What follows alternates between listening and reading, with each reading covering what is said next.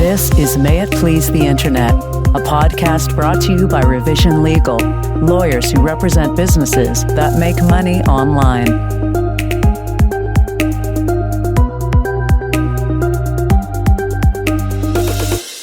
Hey everyone, this is John DiGiacomo, and this is the Revision Legal May It Please the Internet podcast. And I'm joined today with my partner, Eric Misterovich. Hello, Eric. Hi, John. How are you? I'm good. We're talking about some legal stuff in the news. This is going to be a more timely and interesting discussion today. What are we talking about today, Eric? Well, I thought we'd talk about NFTs. That's what everyone's talking about, right? That's right. What is an NFT? Give me your best shot at a definition of what an NFT is. It's a JPEG, right? That's all it is. Cut, paste, copy, paste, and that's it. That seems about right. Yeah, we're done. All right. Great. That's it. Show over. So my understanding of an NFT is a non-fungible token, which is a fancy way of saying it's a way to look at the provenance, fancy word, of a object. So a good example is in the legal field, we have title searches for property. So if you're buying a piece of real property, you can go to the old-timey office and flip through dusty titles for real property and find who owns what and who sold what. And NFTs are kind of the same, aren't they, Eric? Yeah, I think that's the idea, that it's this code, I guess, that is unique code that's eventually linked to some image that you're the one-of-one owner of that code, right? Yeah, and we've got some experience in this because Eric swindled me into participating in an NFT project, which we'll talk about later. But let's get started. I see you've got some stuff you want to talk about, so I'm going to let you roll with it. Yeah, so there's been a lot of activity for the legal issues with NFTs, most of that coming in the form of lawsuits, of course. You know, these kind of range, they follow the same pattern where one party is creating NFTs that contain either images or text or other content that someone else claims to own. And it raises all kinds of interesting legal issues, like a lot of trademark issues, copyright issues, rights of publicity issues that all kind of get wrapped up in these NFT lawsuits. And it's going to be really interesting to watch how the courts address them, how we get maybe conflicting opinions from courts across the country, and how this kind of legal landscape all comes together. You had mentioned that there's a case recently involving Nike and StockX. What is StockX? Have you taken a look at this site? I briefly looked at it before we got on this podcast, so I'm not all that familiar with it. Yeah, well, StockX, first, I'm pretty sure it's a Detroit-based business. I mean, it's just grown exponentially. I think it just started with sneaker trading, selling, rare, sought-after sneakers, and then they eventually formed these Vault NFTs, which is their program. I mean, I'm not 100% up to speed on exactly what these things are doing now or what they're intended to do. It seems like they're supposed to eventually be able to be sold for actual physical items. But the point is, their first kind of round of these NFT projects, they were mainly Nike shoes, right? They look like Nike shoes. And so, of course, Nike didn't really like that and filed suit. My understanding of this is that these are basically digital receipts of products, physical products, Nike shoes, other shoes that are in rare quantities. And the general idea is that these digital receipts, I guess, get rid of the requirement that you ship shoes to another party. So if you're a collector, you go to StockX, you can buy one of these NFTs. They have a vault where these shoes are stored, physical shoes are stored. And then instead of keeping those shoes in your possession, insuring them, sticking them in your closet, StockX handles that part for you. And if you want to trade them, you can trade it through StockX Marketplace by buying and selling the NFT, and you don't have to deal with the physical shipping and all the other stuff that goes along with a real physical product. So what's the problem with that? Well, Nike says you're essentially selling Nike shoes, and you're using Nike's name and brand and logo and trademarks, and that Nike is not affiliated with us. I think there's also gets into issues in that probably most major brands are going to release their own NFTs. And Nike probably wants to be in control of what those look like. And this is getting in the way of that. Yeah, I had lunch with a friend of mine a couple of days ago, and he's in the shoe industry. And of course, now I'm going to use the correct pronunciation. Adidas, apparently, is the right way to say it instead of Adidas, as I've said my entire life.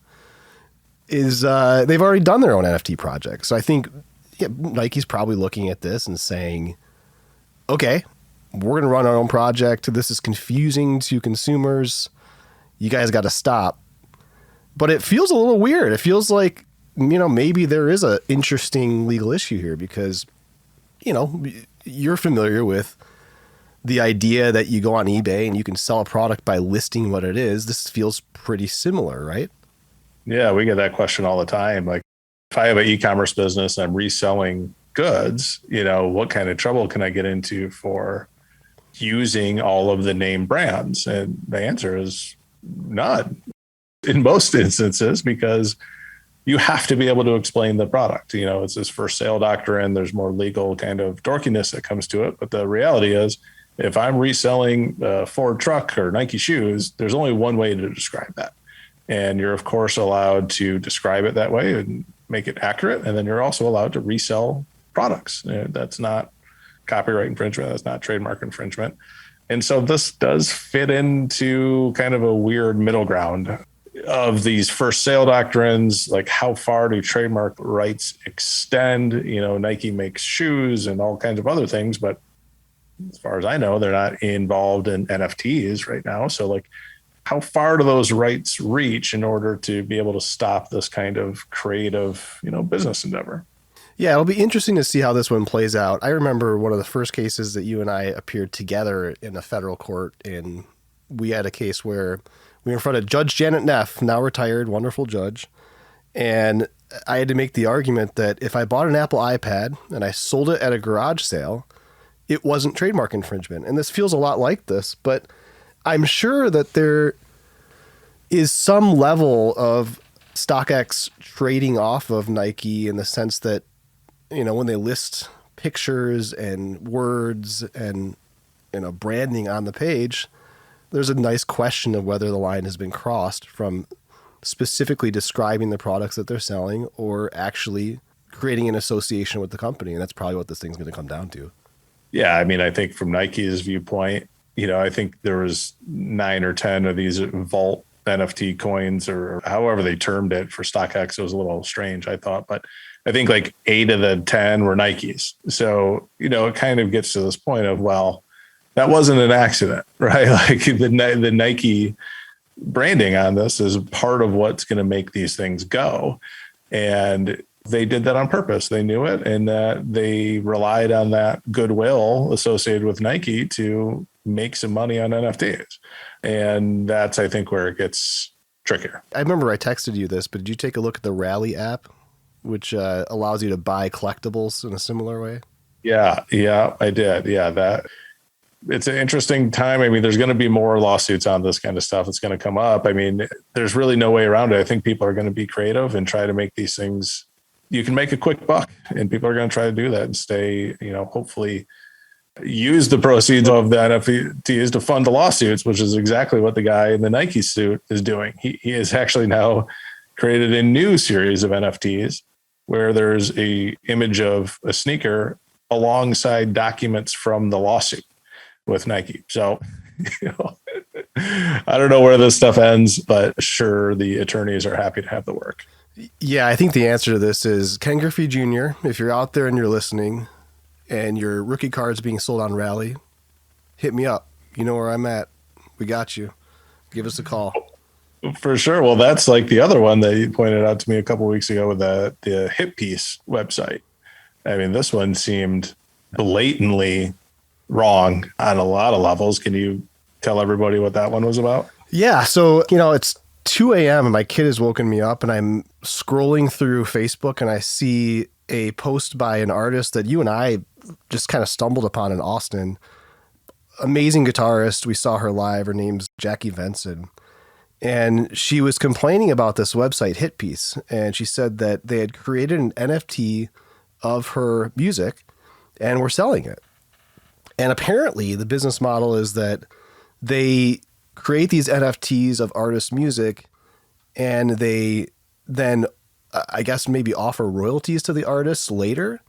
But at the time that Jackie Venson was complaining about this site, she had given no permission. So she's confused. She's looking at the site and she's saying, why am I getting ripped off? I've given no one authority to sell NFTs. What is going on here? So yeah, it's an interesting one. It was not just her. It was many, many users. So of course I start Google fooing this person that owns Hitpiece, and he's at the Miami Heat game in a box, and so there's no slouch. So something's going on here. Somebody's making money. It'll be interesting to see how this world kind of settles down. Yeah, that one seemed blatantly wrong. I mean, I think you texted me about that early in the morning, and by the afternoon, the website was shut down. It seemed like voluntarily. I'm sure they had an onslaught of demand letters. And that one just seemed wrong. I mean, to take all of this music from all of these artists and to say that you own the ability or have the ability to create some NFT about their songs. I mean, just nothing about that sounds right. Yeah, there was no question whatsoever that was a dead in the water business model. So one of the kind of interesting things about music, and we're talking about Hitpiece and how they're trying to claim these NFTs and songs, is a lot of times music does refer to popular brands in their songs. Adidas or Adidas has, of course, been in several songs. I mean, I can think of some, Master P talking about Cadillacs, or, I think Snoop was involved with Cadillac for a while. I mean, music touches on popular culture and makes things that brings in brands into their own songs maybe without permission. Sometimes maybe they do have permission, but I think that's a little bit different than the NFTs. Don't you think so, John? Yeah. I mean, there's a number of reasons why. One is that there's not a direct commercial use, right? There's the sense that the First Amendment gives us a wide berth to take poetic license with brands and to create parodies and, to do these things that in a standard business context are not allowable. And partially it's because the First Amendment has two different tests. One is a test that applies to the commercial use of speech, and the other is more traditional core fundamental speech principles like poetry, music, and writing. So I think that's part of it. And the other part of it is just, a lot of times the artists are promoting the brands. So in the case of, Korn and Adidas or Adidas, Korn sold a lot of tracksuits in the early 2000s because of their song. Run DMC did the same. And to some extent, I would expect that the brands probably noticed that and realized that they were just going to kind of roll with it and see where it left them. In the case of NFTs, it's just a direct sale of something that they don't own. There seems to be a fundamental difference between trading off of content that you don't own and calling to the collective consciousness of pop culture. Yeah, I agree. I mean, I think it's pretty well put. I mean, there's a whole creative aspect to bringing in pop culture into music or songs or movies or whatever that's just inherent in creativity in pop culture. There's really no way around it. That's always going to be together. NFTs just lack all of that. I mean, it's not a very precise legal analysis, but it really separates the two from this creation of original content and original work to, Hitpiece. By the way, great name. Like terrible. It's exactly what it sounds like. And so they branded themselves perfectly in that regard. So since we're talking about music, let's talk about Jay-Z. So Jay-Z sued Dame Dash. So I'm not really familiar with the history of Jay-Z's label, but my understanding is that Jay-Z started Rockefeller Records with some partners. Damon Dash is one of them. And Jay-Z and his partners each own 1/3 of the label. And the label itself owns copyright in Reasonable Doubt, which was Jay-Z's first album.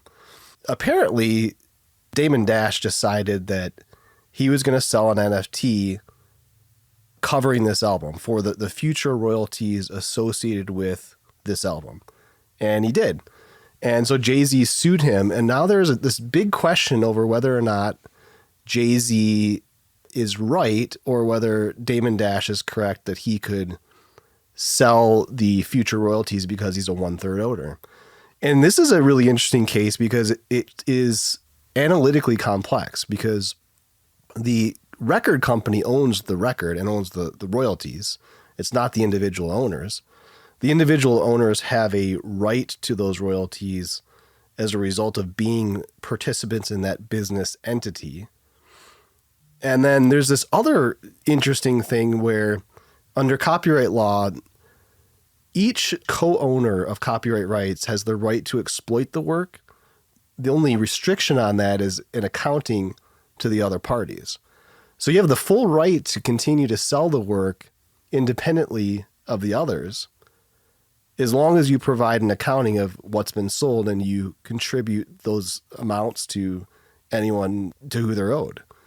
So this is an interesting one. I don't know how it's going to turn out. Eric, any thoughts on this at all?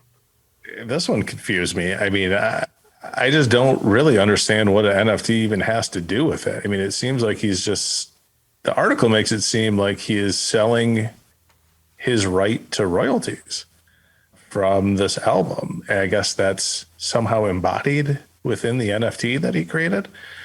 It was very confusing. I don't really know. To me, it seems like maybe Dame Dash doesn't really know how this was working either. I mean, it just seems like a very strange concept to try to profit off of this. Nothing here really adds up to me.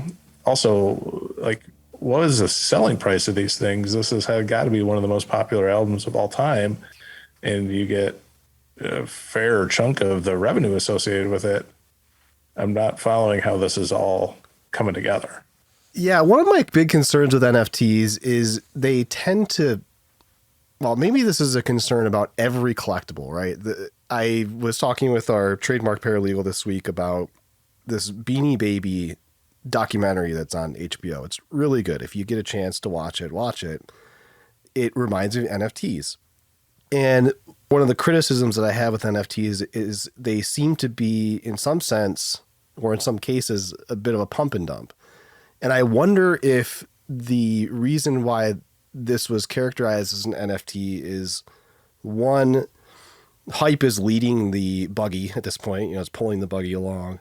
And then two, NFTs sometimes have this built-in future royalty for the person who mints them. So the individual who mints the NFT continues to receive royalties on subsequent sales in proportion to the sale price.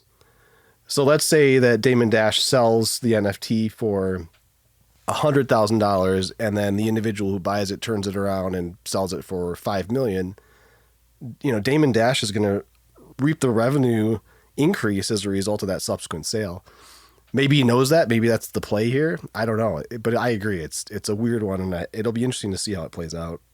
This one is a confusing one. Maybe we should actually dive into the documents through Pacer and see what we can find out here, because the way this article describes it leaves some questions here. But you're right. I mean, there is certainly a lot of potential profit in resales and in being able to keep, 3, 5, 10% maybe of every time that NFT is resold, that it goes back to the original creator, can be significant, especially with some of the more popular NFTs around now.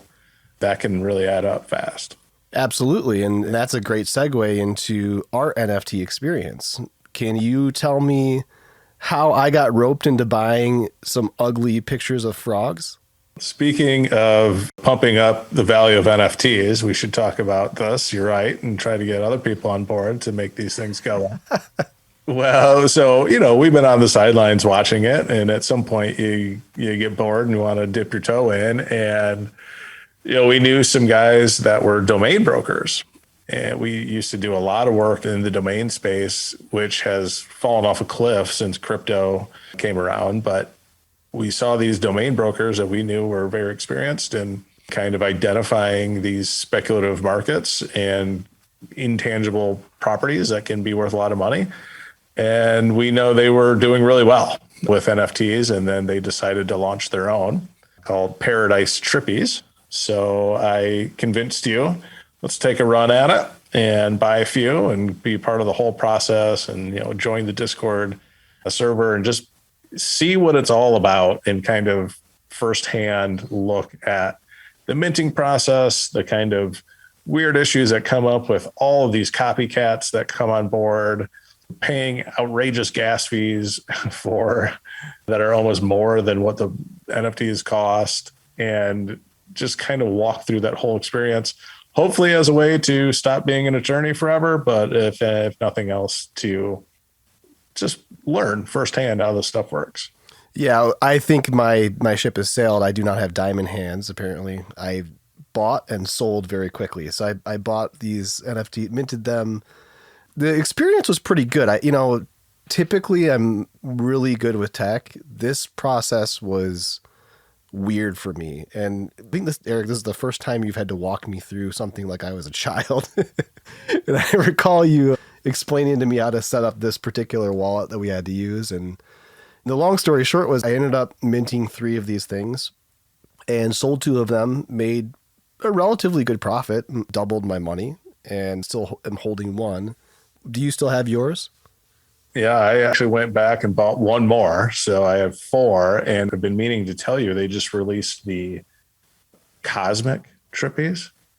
So you can go mint for every one that you own, you can go mint a Cosmic Trippy, which it basically looks like crazy aliens now. So don't miss out on that. Well, I will do that tonight. It's interesting. These NFT projects, they confuse me in a sense that, again, like they're like Beanie Babies in a way. There's this kind of manufactured scarcity. They somehow, for some reason, like the 10,000 number. This was one of those types of projects. And, we represent some pretty large artists, one of which is a good friend of mine, and he created an NFT. And he's had a very successful life as an artist and yet can't sell a single NFT. So it's an interesting world. I don't know that I yet understand it. I think it'll be worth something. We're getting there. But yeah, we're keeping an eye on it. Anything else? Yeah, it was fun to be part of. I like doing it. Once you kind of see it happen, you kind of start to see the same things being propped up for other projects and kind of the same hype and everything behind other ones. And how some take off and some don't is very confusing to me. And something about it seems like open to some shady tactics, I think. Oh, it's about the team, man. It's just the team. We got a great team. We got a great story. Yeah, that too.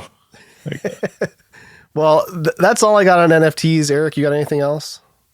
No, I think that's enough NFT talk for one day.